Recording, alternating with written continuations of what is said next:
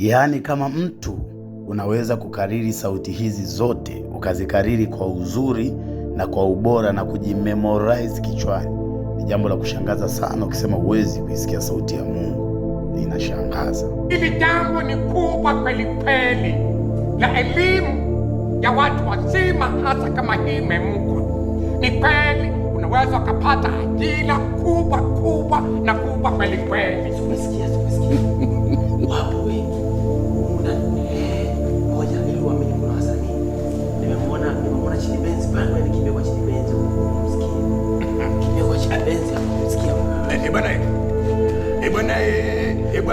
Bwana da wanacheza kumkum ila inapenda bwana. Ndugu zangu, tuko hapa bwana, elimu kama ndio hivyo. Vijana lazima wasome mwanangu, yani ili waweze kujikomboa. Mimi sitakimbia na hela yangu wala nimetea. Bwana Chidi Dar es Salaam. Bwana niko hapa memkua. Msikia Chidi Benz anaongea pembeni. Alafu mwana ngoja nimsogelee Kingwendu.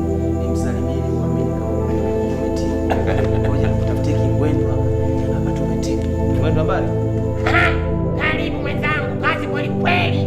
Tuko hapa tunawapa taarifa kweli kweli, nzuri kweli kweli. Halo. Jamani msome bwana zenu memkwa ticha.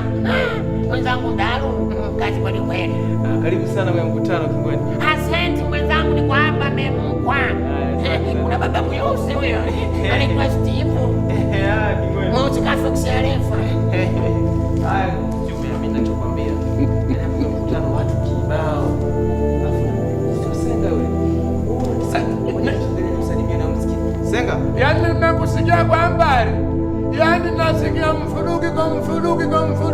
Yaani nasikia la taslimu. Yaani namemkwa. Yaani nikimtazama Mwalimu Ndaru. Yaani tuko hapa kwenye mkutano kwa rasmi.